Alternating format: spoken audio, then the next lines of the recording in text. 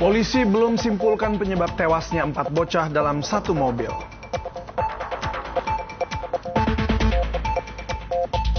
Dituduh lecehkan siswinya, Wakil Kepala Sekolah SMA 22 dibebas tugaskan. Harlem Shake mewabah. Dalam 1 bulan, 12.000 video diunggah.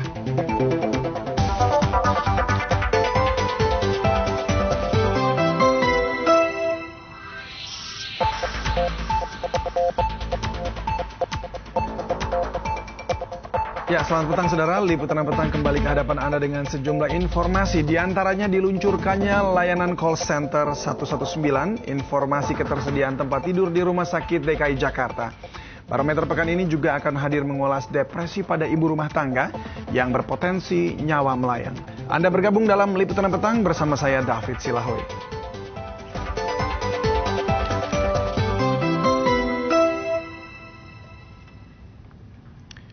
Saudara, informasi pertama dari Hukum dan Kriminal, saudara. Polisi belum bisa menyimpulkan penyebab tewasnya 4 bocah dalam satu mobil di Batam, Kepulauan Riau. Sementara siang tadi duka mendalam menyelimuti pemakaman jenazah keempat bocah di TPU Seitemiang, Sekupang, Batam. Tangis duka terus bersahutan di ruang tempat persemayaman 4 bocah yang ditemukan tewas dalam mobil di dekat Pasar Cipuan Kamis lalu. Keempat jenazah bocah pun kemudian diberangkatkan bersamaan menuju TPU Seitemiang di Sekupang, Batam. Isak tangis keluarga dan kerabat tak henti mewarnai prosesi misa pemakaman Verson, Wilhelminus Rudi, Aprilius Amaado, dan Maria Elsa. Lalu kejanggalan yang berikutnya, ketika keempat anak kami ini keluar dari rumah, 2 orang diantaranya, 1 perempuan, 1 lagi adiknya itu memakai baju.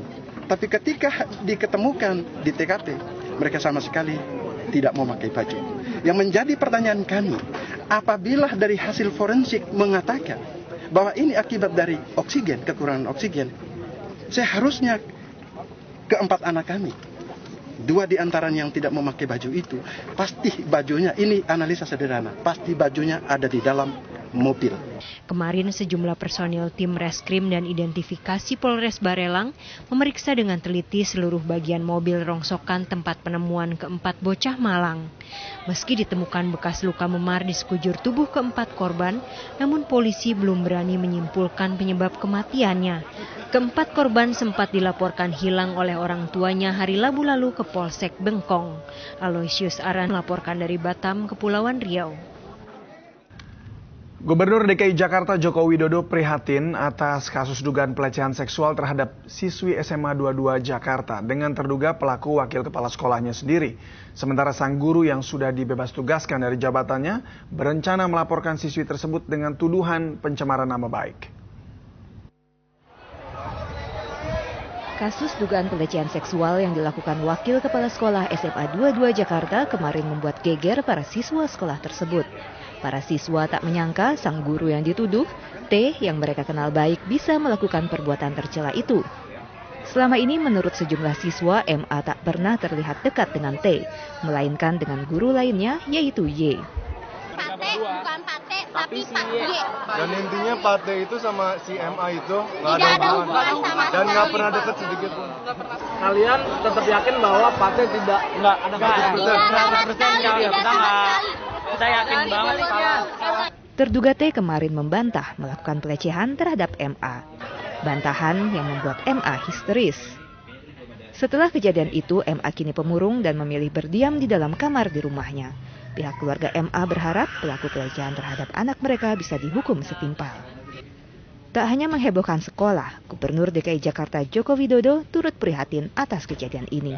Pokoknya yang berbuat itu diproses, ini sudah dilepas dari semua jabatan, kemudian nanti kalau sudah proses ke polisi betul, langsung kita copot.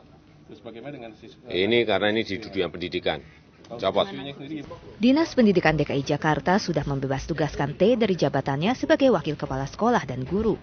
T juga sudah dilaporkan MA ke polisi atas tuduhan melakukan pelecehan seksual sebanyak 4 kali. Tim Liputan 6 SCTV melaporkan. Masyarakat Jakarta kini tidak perlu bingung mencari ketersediaan ruang rawat inap di rumah sakit di Jakarta.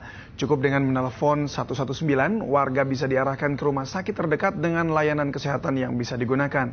Akankah efektif? Berikut liputannya.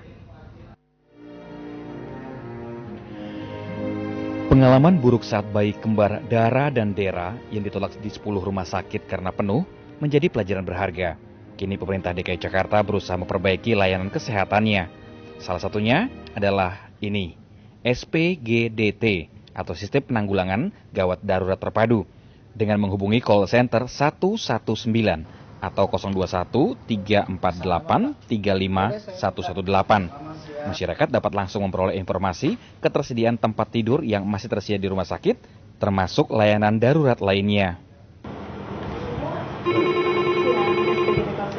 Selamat siang, SPGDT Call Center Dinas Kesehatan, dengan Anton bisa dibantu?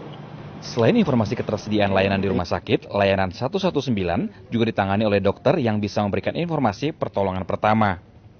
Iya, bisa telepon ke sini, kita akan maksimalkan memberikan pertolongan pertama, seperti itu. Misalnya apa? Misalnya bayi sedang atau gimana? Misalnya kalau ada bayi, umpamanya dia kejang, misalnya seperti itu. Tentu pertolongan pertama kami meminta dia membawa ke pelayanan kesehatan terdekat, apakah itu klinik atau puskesmas, dan tidak membiarkan di rumah memberi makan atau mencoba memberikan minum, itu jangan sama sekali, itu sebenarnya. Ada 14 operator dan 6 ron dokter yang bekerja dengan sistem shift 24 jam sehari. Sayangnya, kini baru 8 rumah sakit yang terhubung dengan call center ini. Dalam 2 hari usai diresmikan, sedikitnya 1.000 panggilan yang masuk per harinya.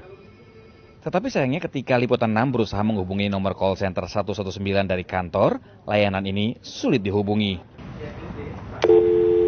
The number you are calling is temporarily disconnected. Nomor yang Anda panggil untuk sementara tidak dapat dihubungi. Gubernur Jakarta Joko Widodo menyatakan sistem call center masih terus disempurnakan dengan mengikutsertakan lebih banyak lagi rumah sakit. Mengenai pembangunan Museum KB Yasin tadi Pak, gimana Pak? Ya coba tabun aja ke sana, udah jalan belum? Pak, Di jalan, coba di jalan. Ketua MPR mau ketemu. Mana Ya, semoga saja layanan kesehatan seperti ini terus disempurnakan agar kasus penolakan rumah sakit yang mengakibatkan meninggalnya pasien diharapkan tidak terjadi lagi. Tim Liputan 6 SCTV melaporkan dari Jakarta. Kita beralih ke politik, Saudara. Ketua Majelis Tinggi Partai Demokrat Susilo Bambang Yudhoyono hari ini mengadakan pertemuan dengan 33 pengurus Dewan Pimpinan Daerah Demokrat di kediamannya di Cikeas, Bogor. Silih berganti beberapa mobil pejabat, diantaranya mobil Menkumham Amir Syamsuddin, Menpora Roy Suryo, dan beberapa petinggi Partai Demokrat lain seperti Maxo Pakua memasuki kawasan Puri Cikeas sekitar pukul 1:30 siang tadi. Konferensi pers yang baru saja diberikan menjelaskan bahwa pertemuan ini adalah untuk membahas kriteria ketua umum yang akan menggantikan Anas Urbaningrum yang telah berhenti dari jabatannya. Tetapi belum disebutkan bagaimana mekanisme pemilihan ketua umum Demokrat yang baru.